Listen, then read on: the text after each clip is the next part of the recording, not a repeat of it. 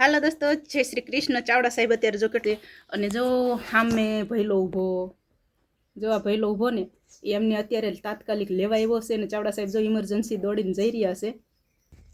હવે વાત જાણે એમ છે કે એ ભૈલાની ગાયે ગઈકાલે બચ્ચાને જન્મ આપ્યો છે અને ગઈકાલે વિયાણ થયું છે અને આજે બીજા બચ્ચાને આજે બીજું બચ્ચું આવે છે એટલે કેસ થોડોક અઘરો ગણાય, કારણ કે બે બચ્ચાની વચ્ચે વિયાણમાં કદાચ 5 થી 7 મિનિટનો ટાઈમ થાય, વધીને 10 મિનિટનો, કારણ કે અમારી પોતાની ગાયોને બે ગાયોને બબે વખત ડબલ બચ્ચા આવેલા જુડવા, અને એટલે અમને અનુભવ છે કે વધીને 5 થી 10 મિનિટની અંદર બીજું બચ્ચું પણ આવી જાય પાછળ ને પાછળ।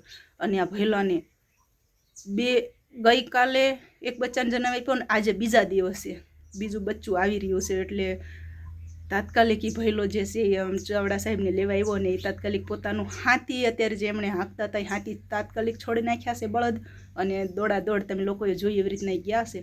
હવે પાછા આવે ને પછી આપણે જાણીએ કે ગાયને શું પ્રોબ્લેમ હતો ને 24 કલાકની વાર કેમ લાગી ગઈ બીજા બચ્ચાને આવતા।